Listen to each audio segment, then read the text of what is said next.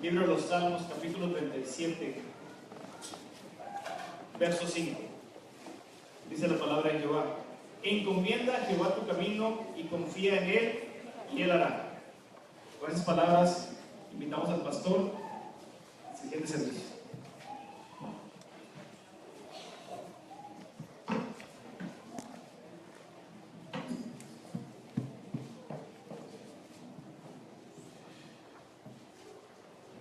Feliz sábado, hermanos.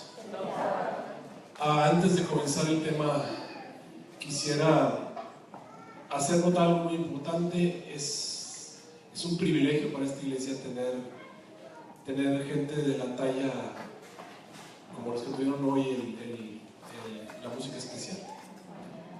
Muchas gracias, Emilia, muchas gracias, Erika, y muchas gracias, Lisette. La maestría, el dominio del instrumento es notable. No saben ustedes el privilegio que tenemos. Ya quisieran universidades tener personas del talento de estas personas que están aquí entre nosotros. Déjenme informarles que ese no era el plan. O sea, prácticamente a última hora se pusieron ahí a hacerlo, lo cual demuestra que tienen un dominio total de sus instrumentos, y eso es digno de hacerse notar. Que el Señor les bendiga y les prospere estos talentos que han consagrado el Señor. Y que lo sigan haciendo, ¿verdad?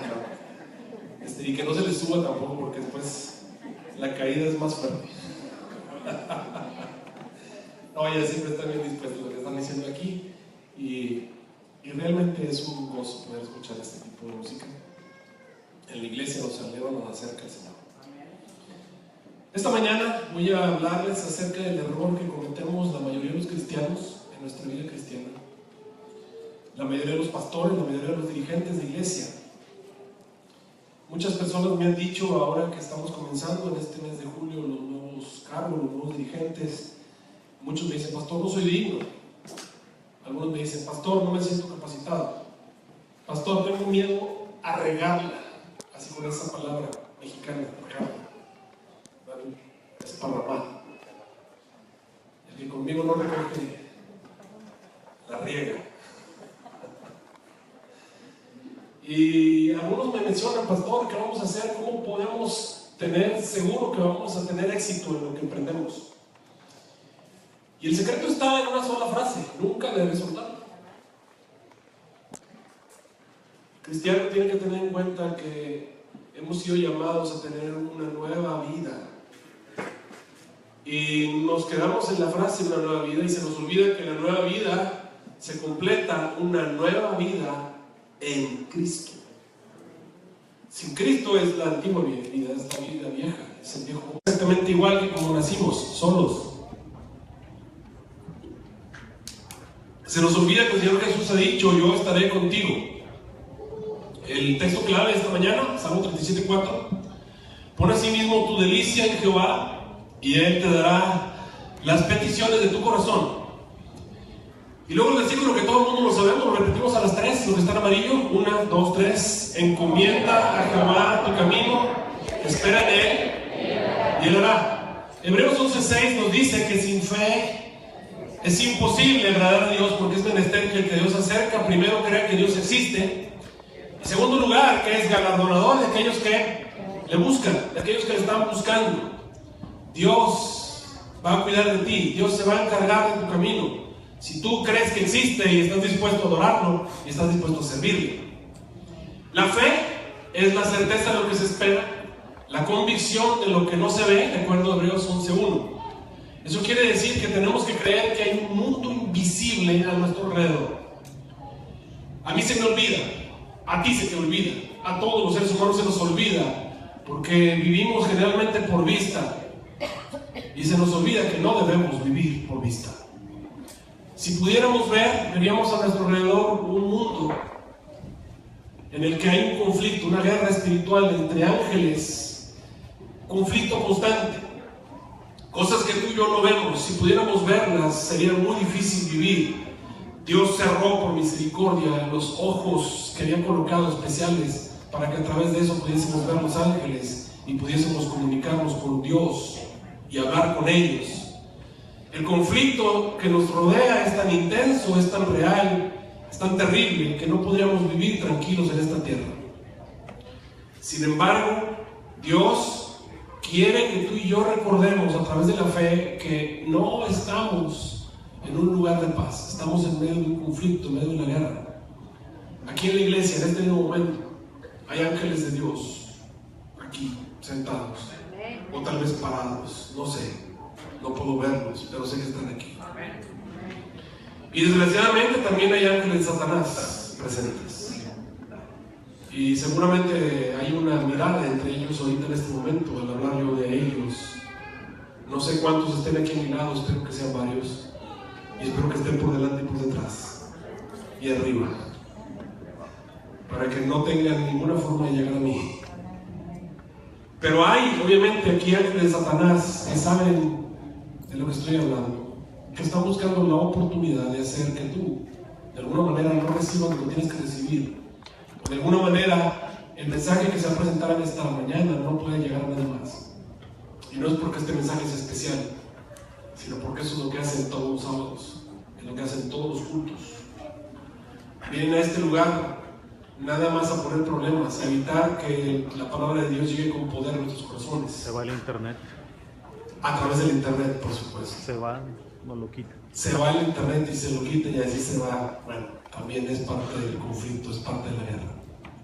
Así que repito, queridos hermanos, voy a pedirles a todos los que están en internet, por favor, que se salgan.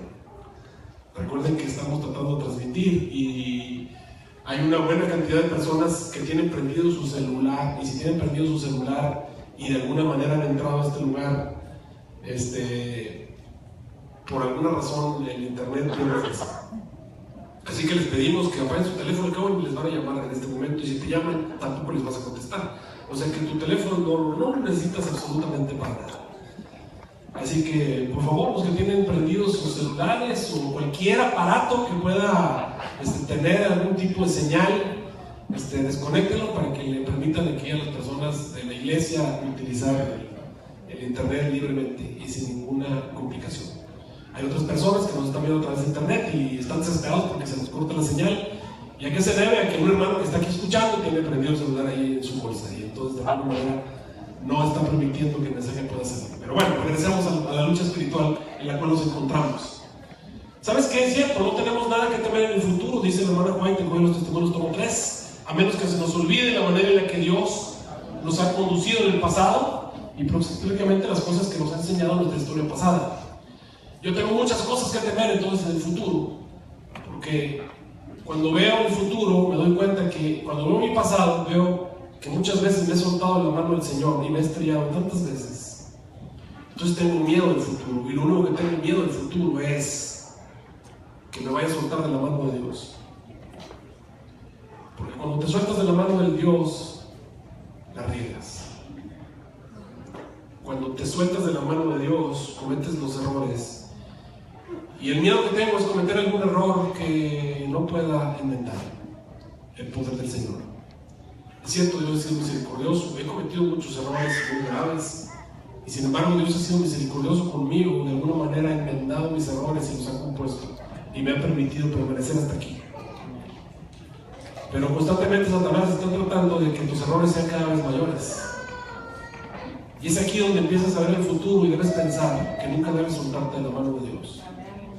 Yo te voy a hablar en esta mañana, porque ese es el error que los cristianos cometemos. Recuerden, queridos hermanos, que tú y yo estamos viviendo a través de la fe. Lucha espiritual, algo que no podemos ver. Un enemigo que quiere arrebatarte todo lo que tienes. Un enemigo que quiere destruir tu matrimonio. Un enemigo que quiere destruir tu hogar. Quiere destruir a tus hijos. Te quiere destruir a ti. ¿Y sabes por qué? Porque tú eres un peregrino que va en rumbo al reino de los cielos. Y para él es muy importante una persona que va en camino al reino de los cielos. Tú le has declarado guerra a Satanás en el momento en el que tuviste a Cristo Jesús. Y Satanás está tratando de destruirte. Y los ángeles que están aquí, que son sus aliados, sus enemigos, los ángeles caídos que están aquí en la iglesia, también te quieren destruir. Te tiene bien identificado. Estás en una pared con un papelito y le han puesto un dardo allí. Y los demonios saben exactamente quién eres, qué haces, cuáles son tus debilidades. Y es cierto, también Dios está tratando de protegerte, está tratando de salvarte. Hay un enemigo que quiere quitarte todo lo que tienes, que quiere hacerte caer, que quiere ponerte en pruebas, en tentaciones, para hacerte tropezar.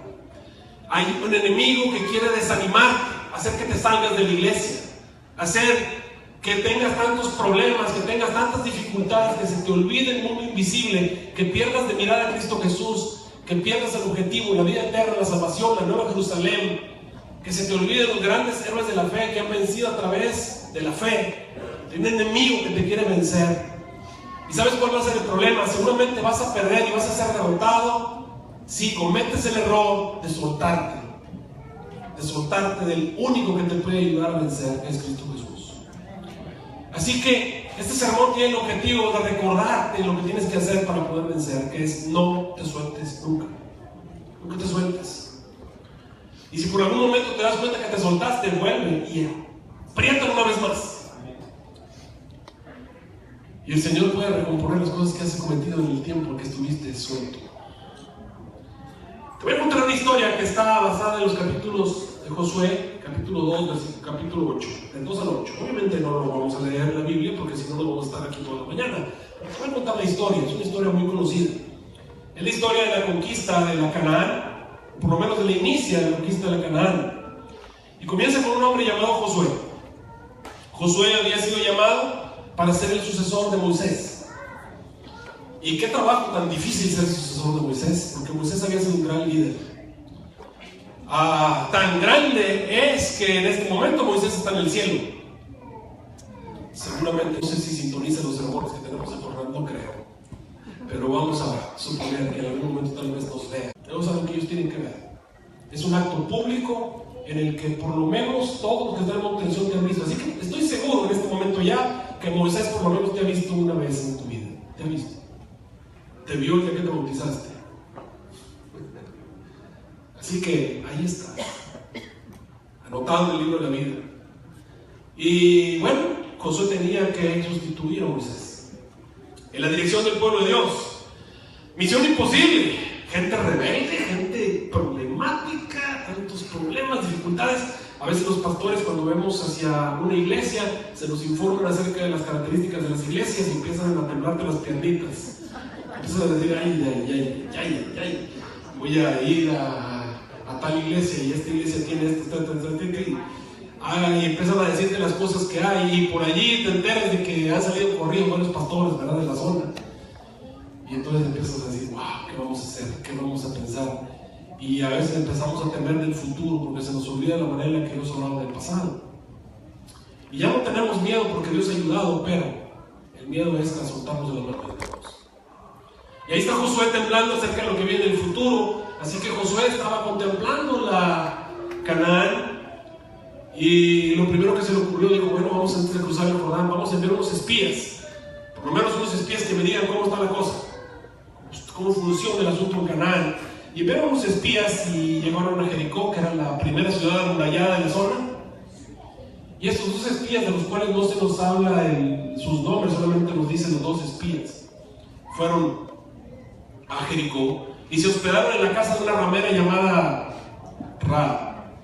Rahab vivía junto a la muralla y a la postre va a ser algo muy conveniente que viviera junto a la muralla. Llegaron allí a la casa de Rahab, se hospedaron allí. La encomienda era espiar la ciudad. Cuando estaban allí reunidos, Rahab les contó todo lo que estaba pasando. Les habló acerca de cómo el temor del pueblo de Dios había llegado, las noticias acerca de lo que Dios había hecho con ellos en Egipto habían llegado hasta Canaán, y la gente estaba temblando acerca de su presencia. Sabían que Dios había venido a juzgar y ahora era el tiempo de la venganza. Sabían que iban a ser destruidos, había llegado su hora de su juicio, y sabían que la tierra había sido entregada a ese pueblo. Y estaban seguros que muy pronto iba a ocurrir y tenían miedo acerca de ellos. Así que Rahab tuvo la precaución de esconderlos bajo unos fajos de lino que tenía en la azotea de su casa. Y bien hizo, porque esa misma noche llegaron unos soldados a preguntar por ellos. El rey había enviado a preguntar por los dos espías, buscándolos para matarlos, no fuera que fueran a enviar alguna noticia acerca de alguna debilidad de la ciudad. No necesitaban ese tipo de noticias, pero bueno. Josué necesitaba tener este tipo de ánimos. A veces los líderes necesitan algún tipo de aliciente. Así que llegaron y hablaron con Rahab. Es cierto, Rahab les dijo, pues sí, vinieron aquí, pero ya se fueron. Tal vez todavía nos alcancen. Así que los envió de regreso. Esa misma noche Rahab habló con ellos y les encomendó una misión, que si podían salvarla a ella, a su familia, a sus hermanas, a sus hermanos y a toda su familia y su casa. Solamente ellos querían su vida a cambio de pequeño servicio que ella había realizado en su favor. Ellos le hicieron una promesa, le dieron un cordón rojo y le dijeron: colócalo aquí en la ventana y trae a toda tu familia y enciérralos aquí en tu casa. Esta va a ser la casa de salvación. Yo tengo un sermón que se llama Salvación en la casa de Rahab, y si lo quieren oír está por internet y búsquenlo, y tal vez lo escuchen esta tarde o no sé, durante la semana, que es interesante la comparación acerca de la vida de Cristo Jesús y cosas que ocurrieron en la casa de Rahab. Salvación en la casa de Rahab. Así que había salvación en la casa de Rahab. Todos los que estuvieran adentro se iban a salvar. Y curioso, porque la casa de Rahab era una casa de prostitución, pero bueno, eso es otra cosa. Dios compone la vida de los seres humanos de maneras maravillosas y convierte lo que era un fracaso, lo que era un fiasco, lo convierte en una bendición para todos. Así que la casa de bendición era la casa del prostíbulo esa noche. Esa semana iba a ser la casa de salvación. Así que cuando ustedes estén, tienen que estar aquí, y su sangre va a ser sobre ustedes si no están aquí adentro de la casa. Así que todo este plan se concertó, y Rahab desprendió a los soldados por la ventana de su casa, les dio escapatoria, y estos hombres se fueron 3 días al monte y después regresaron al pueblo y le contaron a Josué las cosas que habían escuchado y visto. Y entonces Josué se llenó de ánimo y fortaleza al ver que ya Dios estaba actuando y las condiciones estaban listas para poder tener éxito en la campaña que iban a iniciar. Y entonces comenzó lo que se llama la conquista de Canaán. Y lo primero que tenían que hacer, el primer problema que tenían en el camino, era el río Jordán. Curioso que nuestra iglesia se llama Iglesia de Jordán. Tenían que cruzar el río Jordán. Y cruzar el río Jordán no era cosa sencilla, porque estamos hablando de más de 1 millón de personas. Ahora, imagínate más de 1 millón de personas, con mujeres, niños, ovejas y ganado y todo lo que tenían, cruzar un río. Y no es un río como los ríos que tenemos aquí en el norte de México. Algunos dicen, pues será como el río Bravo. Qué bueno fuera que fuera como el río Bravo, les ponían unas llantitas y lo cruzaban. No, estamos hablando de un río bastante largo y bastante ancho y difícil de cruzar, y esto era una complicación muy grave. ¿Cómo iban a cruzar el río Jordán? Pero lo que parece para nosotros imposible, para Dios son cosas muy simples, muy sencillas. Por eso uno no se debe soltar. Y todo comienza bien. Cuando tú empiezas tu vida cristiana, todo comienza bien. Los cristianos emprenden las cosas con cuidado. La gente que recién se casa también empieza con cuidado. Los primeros días todo va bien. El problema es cuando empiezan a agarrar confianza. Cuando empieza la vida en el trabajo, todo va bien. El problema viene cuando empezamos a agarrar confianza. Y es que así como vienen las trampas no vienen al principio, las trampas vienen después. Satanás es cuidadoso.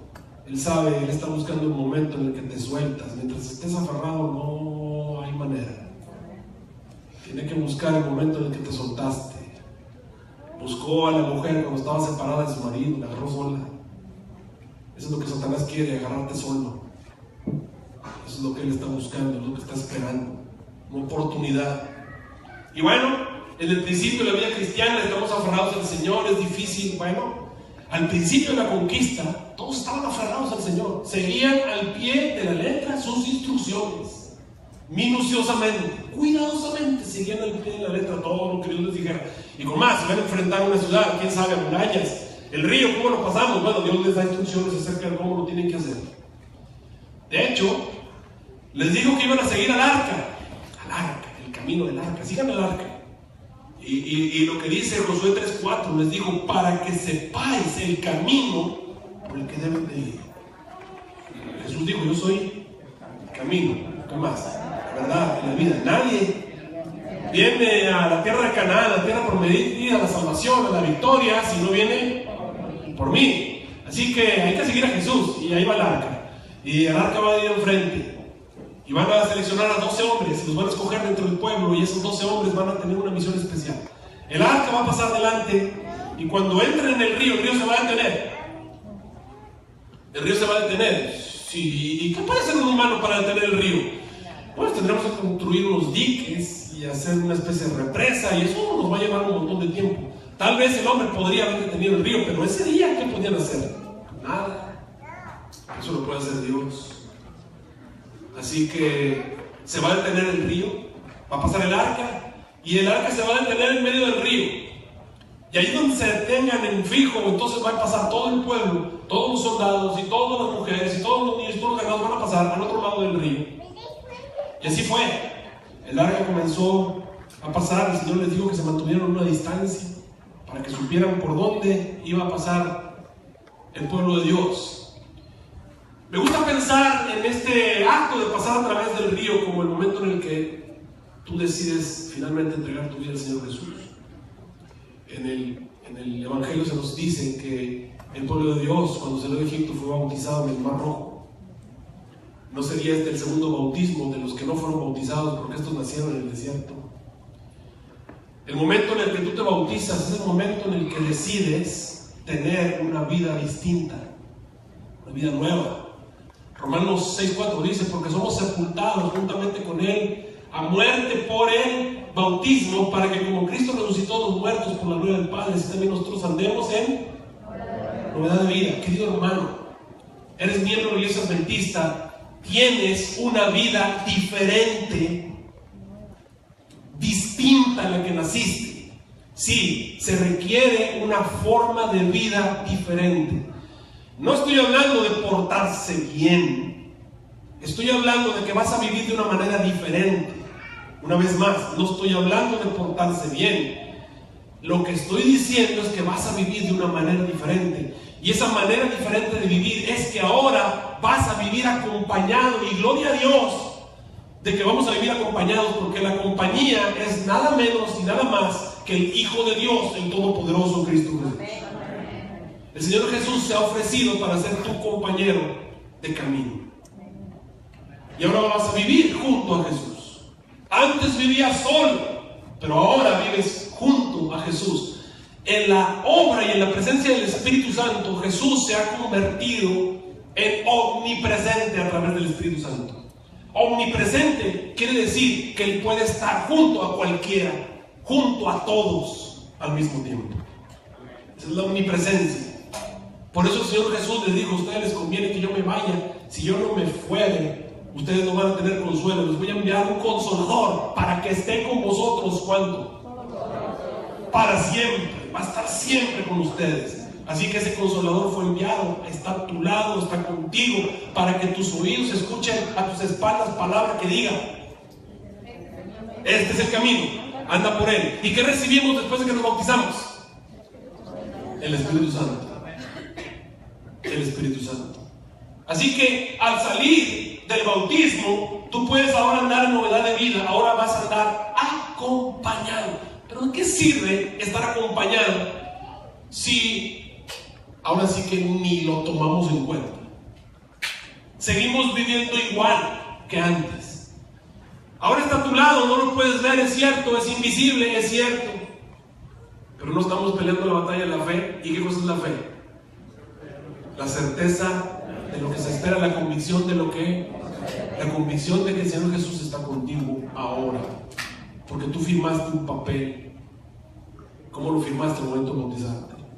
¿Y de qué sirve si no tomas en cuenta la presencia del Señor Jesús a tu lado? Pero bueno, salieron del Jordán y los 12 hombres fueron y tomaron 12 piedras del lugar donde estaba el arca. Llevaron las 12 piedras y las pusieron al otro lado del río como un memorial, para que el pueblo siempre recordara que habían pasado a través de un milagro del río. La iglesia te entrega a ti un certificado de bautismo después de que sales del bautismo. Es como una piedra, un memorial, para que te acuerdes cada vez que lo veas que tú le perteneces al Señor Jesús, que tú hiciste un pacto con Él. Y ahí estaba el certificado de bautismo al lado del río, de todo el pueblo, como un memorial de que habían entregado su vida al Señor. Así que nos dice la palabra del Señor, una vez que ha sido bautizado, dice San Pablo, sabiendo esto, que nuestro viejo hombre juntamente con él fue, ¿qué dice? Crucificado.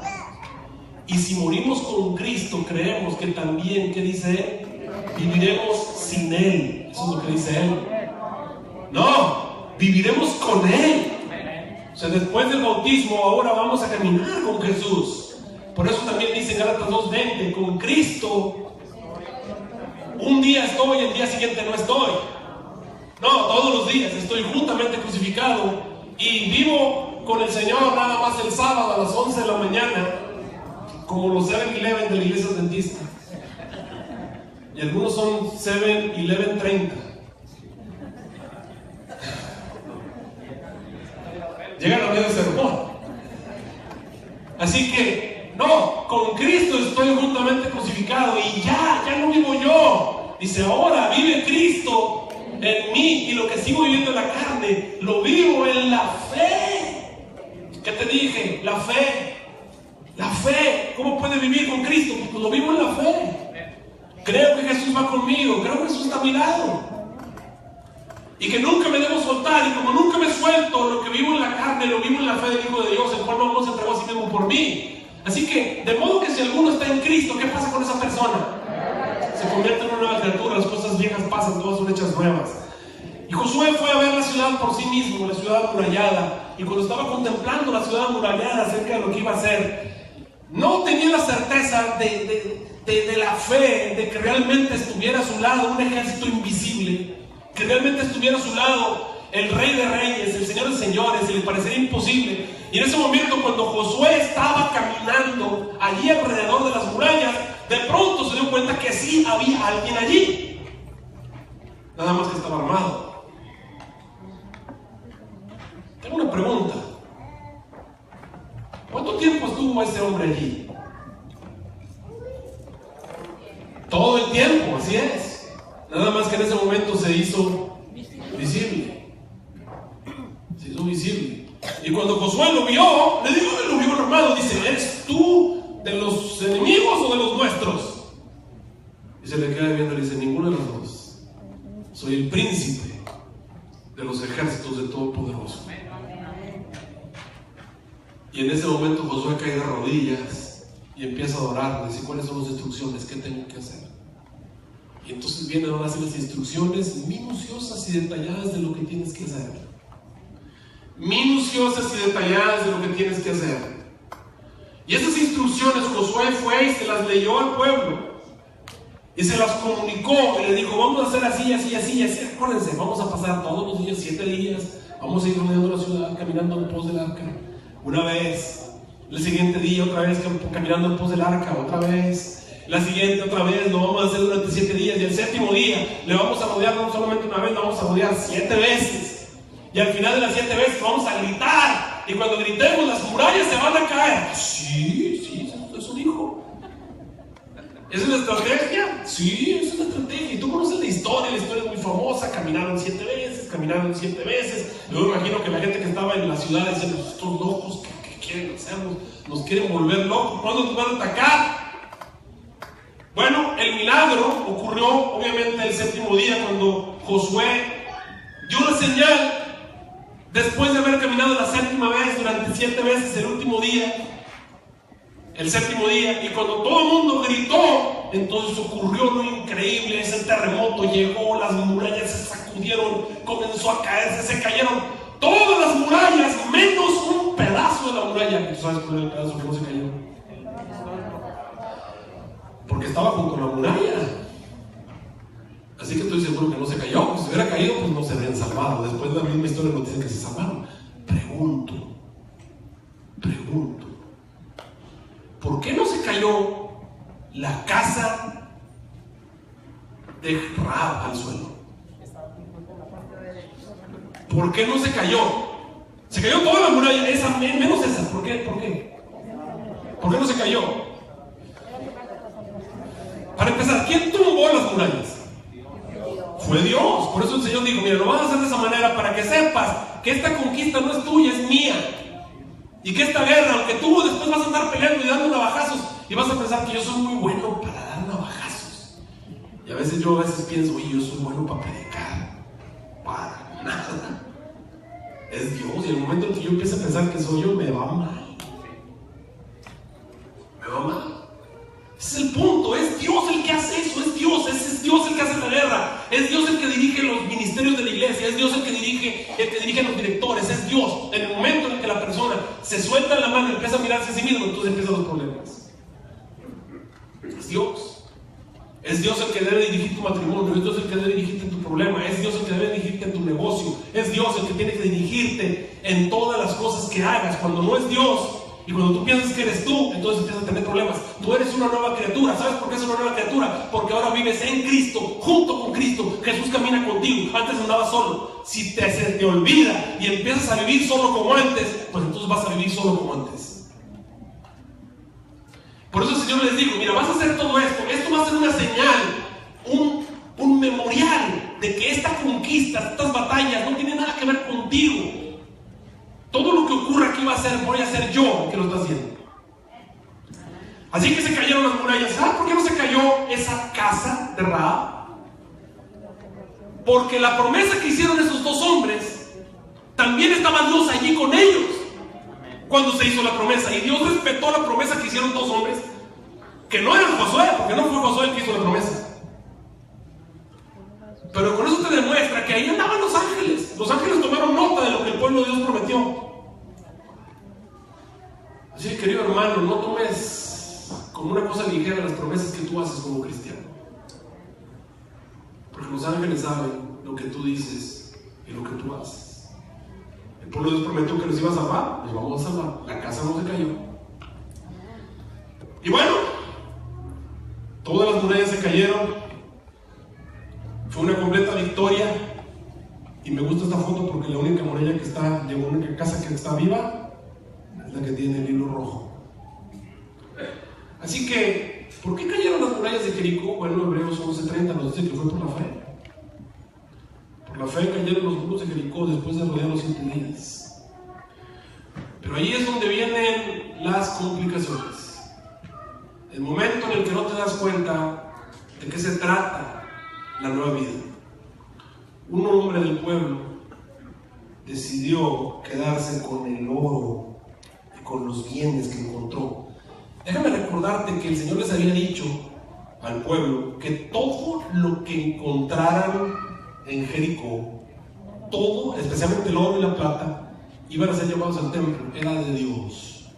Que no iban a tomar nada de Jericó, lo iban a destruir porque era anatema. Esa ciudad de Jericó iba a ser considerada anatema. Eso quiere decir, lo ibas a destruir, no lo puedes tocar, solamente los van a destruir. Lo único que van a dejar vivo es a Rahab, a su familia. Los que estén dentro de esa casa con sus cosas, eso es lo único. Todo lo demás lo van a destruir, excepto el oro y la plata. Eso lo van a traer porque eso es mío, es un botín de Dios.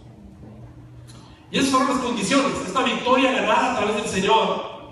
Todo el mundo respetó menos a alguien. Hubo alguien que dijo, no, este lingote de oro, estos vestidos aquí, este manto, me gusta. Es cierto, Dios dice que nos va a destruir, pero es una lástima destruir esto. Y número 2, este lingote de oro, lo quiero para mí. Y se lo robó a Dios. ¿Cómo podría Josué y el pueblo saber que este hombre había hecho eso? Está bien difícil. ¿Cómo lo puedes saber? Pero bueno, el resto de la historia nos cuenta que el segundo episodio en la conquista era la ciudad de Ai, una ciudad pequeña. Mandó unos espías, los espías fueron y le dijeron, ¿sabes qué? Está chiquita la ciudad, comparada con Jericó, obviamente está chiquita. No molestes a todo el pueblo, mándale nada más unos 3,000 soldados.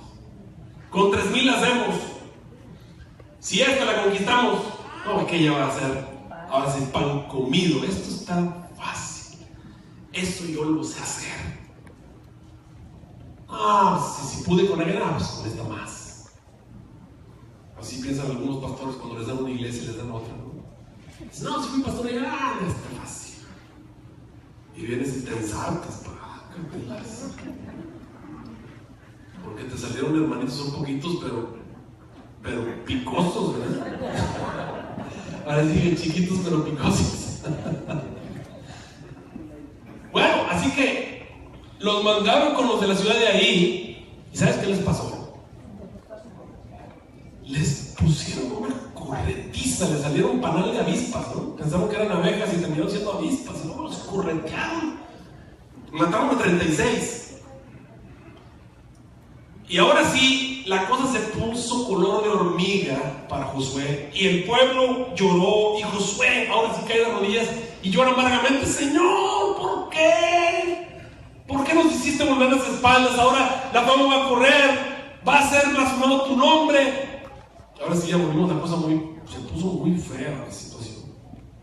¿Cuál fue el error? ¿Sabes cuál fue el error? El error fue soltarse de la mano de Dios. Dijeron: no, pues ya sé, ahora sí ya lo voy a hacer yo. Ya me enseñaste cómo, ahora lo voy a hacer. Querido hermano, no, es que está chiquita, con esta sí puedo. No, hermano, no puedes con nada. La nueva vida es en Cristo. Pruebas grandes, pruebas chiquitas. Si pasé la prueba grande, no voy a poder con la chiquita. No, también con esa necesitas a Dios. Si te sueltas de la mano, mira cómo le fue a Josué. Vienen las derrotas, y viene correr, y viene la humillación, y viene el fastidio. ¿Y sabes qué? Si hubieran antes preguntado y si hubieran pedido instrucciones como lo hicieron con Jericó, minuciosas y detalladas, no habría pasado lo de ahí. Pero pasó lo de ahí porque no preguntaron. Porque se sintieron Juan Camaney, porque pensaron que ellos eran suficientes, lo hicieron por sí mismos, pelearon solitos, y mira, hasta el más chiquito te pone tus trancazos. Así que ahora sí, de rodillas, ahora sí reciben instrucciones, y el Señor le dice: bueno, ¿sabes qué? Lo que pasó fue que ustedes pecaron, me robaron. Fíjate, ese versículo te dice 6 cosas que hizo el pueblo de Dios. Israel ha pecado, ha quebrado mi pacto, les sabían que les había mandado, tomaron las cosas condenadas, han hurtado, han mentido, y aún las han escondido entre sus enseres. Estas son las 6 cosas. El 666 son 6. Y por eso yo no fui con ustedes, y por eso nos corretearon, y por eso perdieron.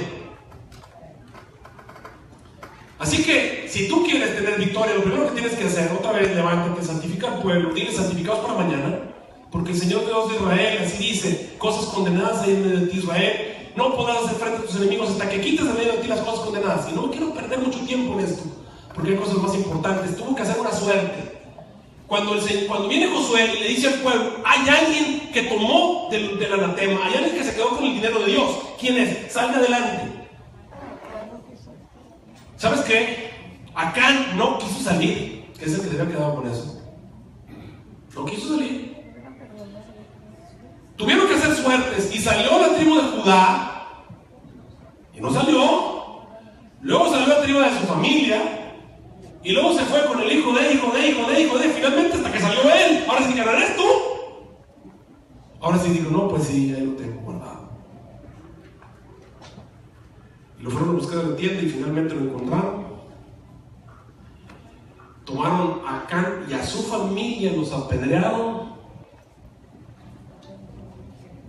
y destruyeron todo lo que se encontraba allí, el anatema, y ahora sí el pueblo podría hacer frente a sus enemigos.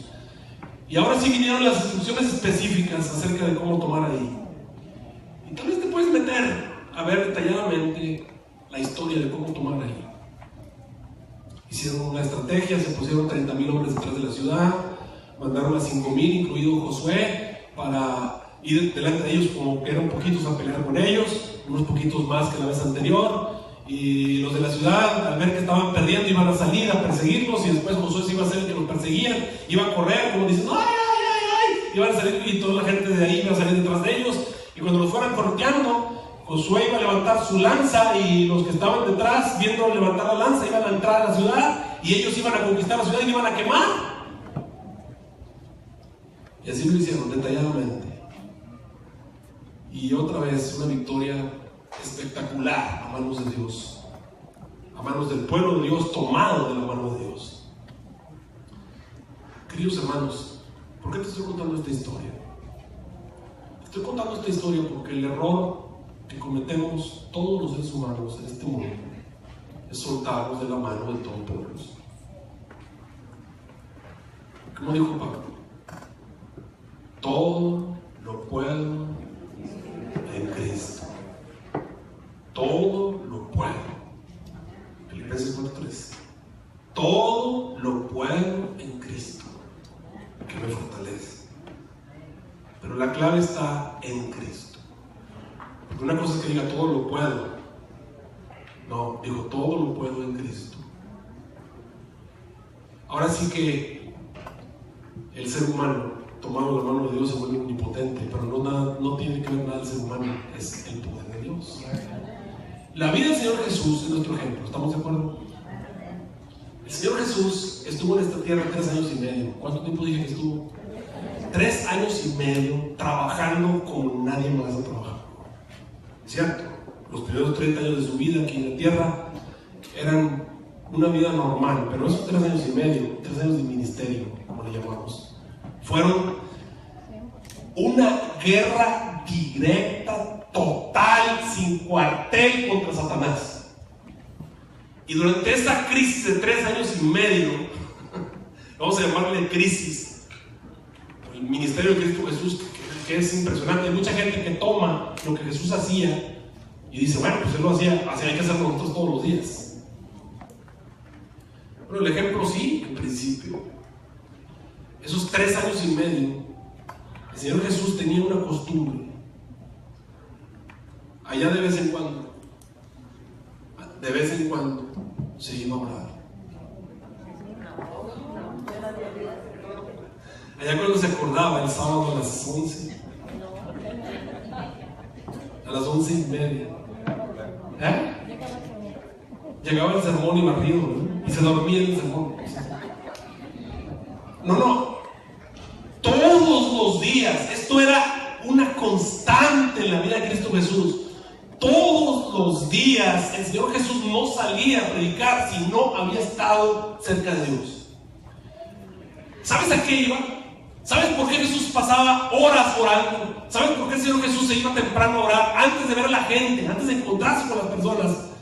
Los seres humanos, hermanos, somos una trampa. Los seres humanos somos una trampa. Los seres humanos somos una trampa, así literalmente. Eran una trampa para Jesús. Hasta el mismo Pedro, su discípulo, en algún momento era una tentación para Jesús. No digas eso de ti, que no te pase. Jesús se le queda viendo, apártate de mí, Satanás. O sea, Jesús era capaz de detectar a Satanás hasta en sus discípulos. Nosotros en este mundo cometemos un montón de errores. A veces el demonio está en tu esposo y a veces tú eres el demonio. A veces el demonio está en tu hermano, en tu hermana, en tu primo, en tu tío, en tu amigo, en tu compañero, en la persona que te invita, en la persona que no te invita. A veces el demonio está en tu jefe, o a veces tú eres el demonio para tu jefe. A veces el demonio está en tu trabajo, está aquí, está allá, en la persona que te encuentras en la calle, en la persona que te saluda. Vas en el carro y alguien te pita y te sale el demonio por culpa de esa persona. Los seres humanos somos una trampa. Somos una trampa.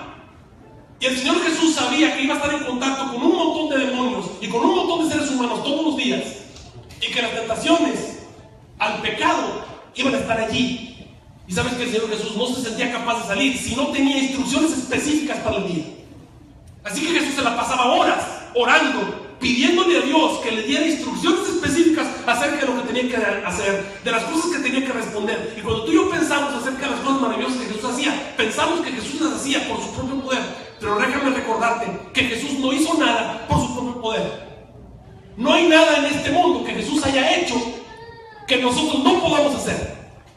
Eso quiere decir que cuando se encontraba con Felipe le decía, cuando se encontraba con Natanael, antes que Felipe te llamara, cuando estabas debajo del higuero yo te vi. A veces pensamos que el Señor Jesús nos estaba viendo. No, eso lo hacía a través del poder de Dios. Dios le había dado instrucciones, le había hecho ver. Cuando venían a buscarlo y él sabía quiénes eran, cuál era su nombre, que Zaqueo se llamaba Zaqueo, que estaba arriba del árbol. Todo eso Jesús lo sabía, porque Dios le daba instrucciones específicas. ¿Y dónde se las daba? Orando, allí, en esas horas que se la pasaba en la madrugada, orando. En ese lugar Dios le daba instrucciones específicas de cómo iba a vivir ese día. ¿Cómo iba a vivir ese día?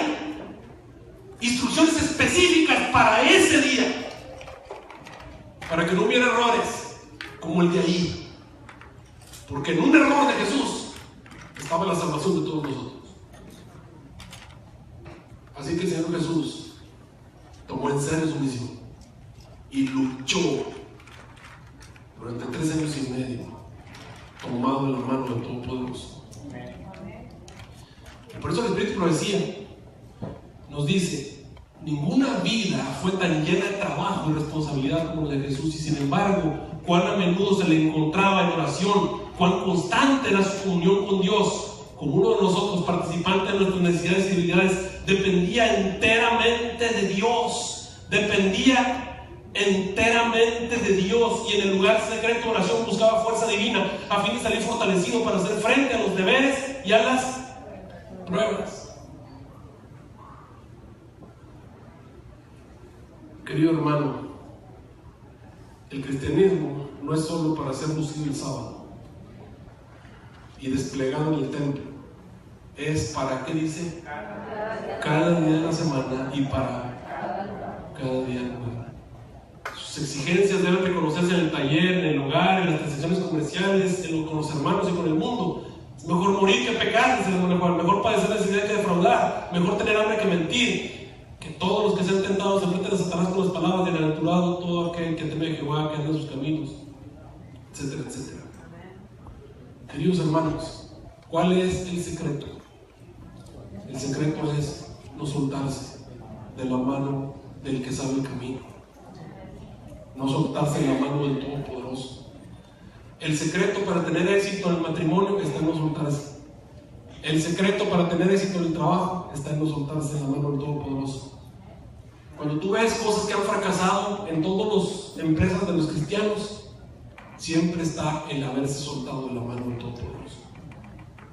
Si tú ves matrimonios que fracasan en la iglesia, fue porque se soltaron de la mano del Todopoderoso. Cuando tú ves personas que han fracasado en su vida cristiana, es porque se soltaron de la mano del Todopoderoso. Cuando ves una persona que se desanimó en su peregrinaje cristiano y se salió de la iglesia, es una persona que se soltó de la mano del Todopoderoso. Cuando tú ves una persona que de alguna manera enfrentó alguna tentación y cayó, ¿sabes por qué? Porque se soltó de la mano del Todopoderoso. Si mi pueblo, que mi nombre invoca, dijo el Señor, se humilla y se aparta del mal y mi rostro busca en oración, entonces desde el cielo oiré su ruego, perdonaré sus pecados y sanaré su tierra. Si te has soltado de la mano de Dios y has caído, has cometido errores, la regaste, ahí está la receta. Puedes volver. Dios puede renovar, Dios puede sanar, puede curar, puede recoger lo que tiraste, lo que desparramaste. Él lo puede recoger, lo puede volver a juntar. Y puede convertir tu error, tu tragedia, en una bendición. Porque los que aman a Dios, todas las cosas les resultan en una bendición. Tienes que volverte a abrazar del Señor. ¿Qué debo hacer, pastor? Todas las mañanas no salgas a la calle. No te atrevas a poner el pie en la calle. A él la batalla es en el Señor. Camina. Conságrate a Dios.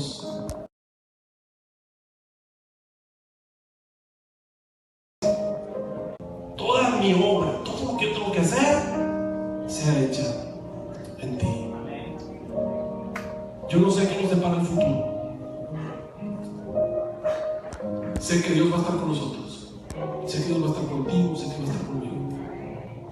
Mi único temor está en que no se me olvida que yo muchas veces me he soltado la mano de Dios.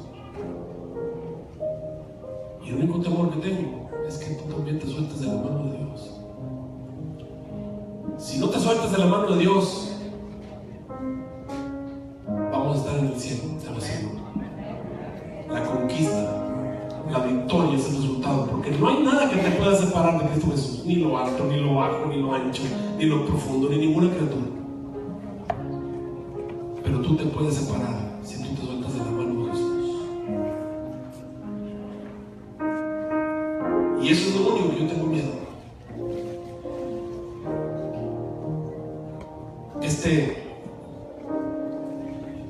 niño iba con su papá. Yo viajando con él. Su papá, que era misionero, tenía que cruzar varios lugares difíciles, complicados. Y el pequeño niño era su primera experiencia y su papá le había hablado de los cocodrilos, y le había hablado de las cascadas, y le había hablado de los abismos, y le había hablado de todas las situaciones difíciles que iba a su camino a ese lugar para predicar, y él quería verlos con sus propios ojos. Pero papá, me voy a caer en la cascada, me voy a caer en el precipicio. Le dice, hijo, lo único que tienes que hacer es agarrarte de mí, porque no te voy a dejar caminar allí, no, ahí vas a ir tú en mis hombros, yo te voy a llevar. Así que llegaron a esa primera cascada. No era una cascada así, no, había que pasar en un caminito abajo de la cascada. Era una especie de cueva de agua. Si te movías a un lado y te agarraba el agua, te llevaba el agua al abismo a caer allá abajo en el río. Así que había que pasar por ese pequeño sendero abajo del río que caía. Había que pasar abajo de esa cascada. Y dice, hijo, aquí tú no vas a caminar solo, aquí te vas a subir y te voy a llevar los hombros. Así que ese niño se subió a su papá. Y a medida que empezaron a entrar en la cascada, el niño dijo, papá, tengo miedo. Le dice, hijo, acuérdate, nada más agárrate de mí. Y empezaron a caminar abajo de esa cascada mientras caía el agua y el papá hablaba, pero ya no se oía nada, porque en la cascada no se oye nada, y con la confusión de este mundo, y con el ruido, y el barullo, no se oye nada. No puedes escuchar a Dios. Tienes que haberte puesto de acuerdo con Él antes de salir. Tienes que haberte puesto de acuerdo con Él antes de salir. Porque una vez que estás en la calle, ya es muy tarde, y te pitó aquella persona y te sacó de quicio. Y te encontró aquella persona y te agarró descuidado, desprevenido, ya no puedes hacer nada. Te tuviste que haber puesto de acuerdo antes de que el ruido del río, el ruido de la cascada, nada. Y ahí va ese papá con ese niño. Y el papá hablándole, pero el hijo no lo oía porque el ruido estaba allí. Pero el papá sentía las manitas del niño ahí. Así que llegaron al otro lado de la cascada y cuando ya estuvieron a salvo, el papá volteó a ver a su niño. Y vio que su niño iba así.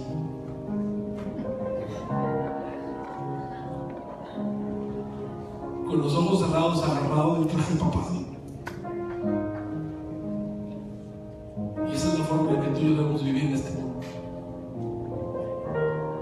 Cerrando nuestros ojos, agarrados del manto de Cristo Jesús. ¿Y sabes cuánto debes soltarte? Nunca debes soltarte. Nunca debes soltarte. Esa es la única forma en la que vamos a llegar allí. Lugar de delicados pastos, donde sí vamos a poder descansar. ¿Quieres esta mañana pedirle al Señor Jesús perdón porque te has soltado a su mano? ¿Quieres decirle al Señor Jesús, voy a caminar contigo, me voy a aferrar a ti? ¿Le quieres decir eso al Señor? Que todo lo que haga, que todo lo que tenga que hacer sea hecho en ti. Pongo todos mis planes a tus pies, úsame hoy en tu servicio. ¿Se lo quieres decir? ¿Por qué no te pones en pie y se lo dices al Señor?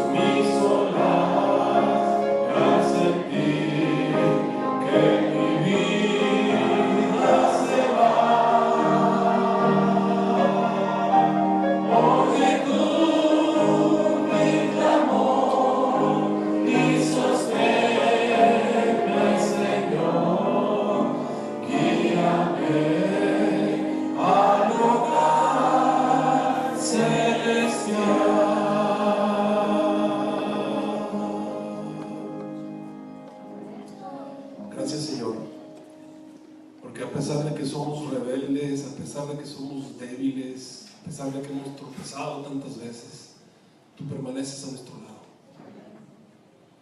Ayúdanos a aferrarnos a ti a través de la fe. Con las manos de la fe, tomarnos de tu mano y caminar contigo de regreso al hogar celestial, siguiendo tus instrucciones. Ayúdanos a tener la determinación, el valor, las fuerzas para tomar el tiempo necesario cada día para recibir las instrucciones minuciosas que tenemos que seguir ese día para obtener la victoria. Oh Señor, llévanos de regreso al hogar celestial con seguridad. Pongo a todos estos hijos en tus manos suplicando que sea tu Espíritu Santo el que esté con ellos hasta el día en que vengas a buscarnos. Te lo suplico en el nombre de Cristo Jesús. Amén. Amén.